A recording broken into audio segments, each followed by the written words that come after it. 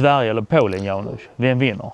Polen. Hur kan du säga det? Vi är på hemmaplan. Hemmaplan. Snälla, det finns fler polacker i Stockholm än svenskar. Ni kanske byggde arenan, men det är vi som hejar i den. Varför tror du ni vinner? Vi har taktik, vi har Gyökeres. Taktik. 11 personer som spelar så tråkigt att alla somnar. Bättre än Polen, ni springer som en sån byggfirma. Alla springer men ingen vet vad och sen ska man bara passa Lewandowski och hoppas på Gud. Sverige har inte vunnit en enda match under kvalet och nu plötsligt ni vinner över Ukraina och ni ska vinna VM. Det är som att någon gör en armhävning och ska bli bodybuildare. Senast ni vann i Sverige var 1930, då kom folk dit med häst och vagn. Fast nu kommer vi med Wizard. Men vi har Gyökeres, han är hungrig, han gjorde hattrick förra matchen. Är han hungrig? Lewandowski hela restaurangen. Man spelar 11 mot 11, ni har Lewandowski och 10 stycken Zapka-anställda. Vi har Zielinski, Szczęsny, Kaminski. Sluta hitta på namn nu.